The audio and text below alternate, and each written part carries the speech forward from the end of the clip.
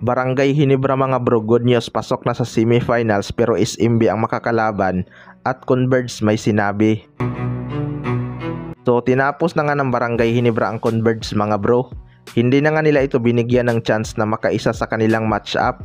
Sinimulan nga ni Stephen Holt ang scoring ng Barangay Ginebra. Ito yung nawala kay Stephen Holt last conference mga bro, yung kanyang scoring ability. Kaya kahit todo dipinsa itong si Stephen Holt, hirap pa rin ang Barangay Ginebra manalo. Pero ngayong Philippine Cup nga ay lumitaw na naman ang kanyang laro. Nagtala nga ito ng 13 points. Yung Jason David naman mga bro, laking impact talaga sa dipinsa. Hindi man nagtala ng puntos, bumuhay naman sa energy ng Barangay Ginebra ang kanyang supalpal kay Alex Stockton. May magagandang assist din to kay Japit Aguilar. Nagawa pa rin naman ang Converge mga bro na makasabay sa Barangay Ginebra.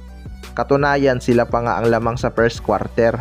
Nabitirano lang talaga sila ng Barangay Ginebra. Maraming ang nakumit na turnover ang Converge dahil sa malikot na dipinsa ni Jason David. Pero ayon nga sa Converge mga bro ay mahirap na talagang kalaban ang Barangay Ginebra dahil sa kanilang playoff experience. Hindi nga daw sila napipressure dahil din sa kanilang crowd.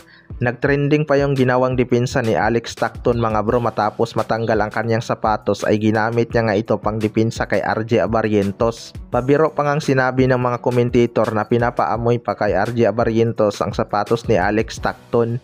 Sa kabilang banda naman mga bro, Barangay Ginebra good news, pasok na sa semifinals pero SMB ang makakalaban. Pareho ngang tinapos ng mag-sister team na SMB at Barangay Ginebra ang kanilang mga kalaban para makapagpahinga din sila bago ang semifinals. Hindi nga lang ito magandang sign mga bro dahil number 1 na SMB nga ang kanilang makakalaban. Kung matatandaan natin, tinalo nga sila ng SMB sa elimination rounds mga bro. Pero hindi naman ganun kalaki ang lamang dahil 9 points lang naman. Magiging big factor talaga si Japit Aguilar sa laban na to mga bro. Kontra Converge nga ay 5 locals ng Barangay Ginebra ang nagtala ng double digit at makikita mo talaga ang kanilang team effort. Kung ikukumpara natin ang dalawang team na to mga bro, mas kalat nga ang opensa ng Barangay Ginebra dahil halos lahat ng key player ni Coach Tim Con ay nagtatala ng double digit. Hindi nga lang masyadong ramdam si Scottie Thompson sa opensa laban sa Converge. Pero kapag ito ang bumawi kontra SMB, siguradong may kalalagyan talaga ang SMB.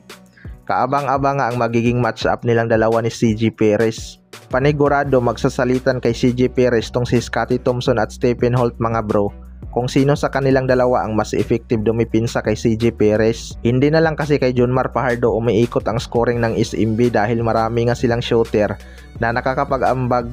Isa na dyan si Wami Chongson. Hirap nga ang Barangay Ginebra sa kanya noong nasa Terra Firma G pa siya. Paano pa kaya ngayong nasa SMB na siya? 'Di ba? Kayo mga bro, ano masasabi nyo tungkol dito?